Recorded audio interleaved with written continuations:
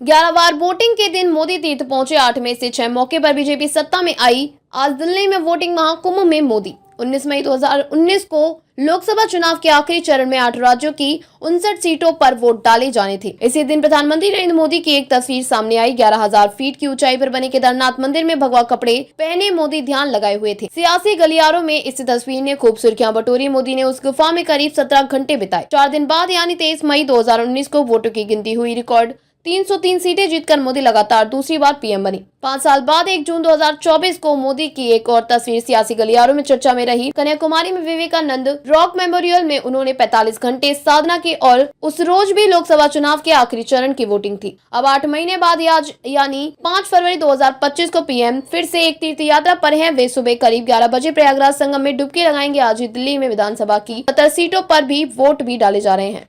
हरियाणा में 90 सीटों पर सिंगल फेज में वोटिंग होनी थी। इसी दिन प्रधानमंत्री मोदी ने महाराष्ट्र के वाशिम जिले में जगदम्बा माता मंदिर में पूजा अर्चना की।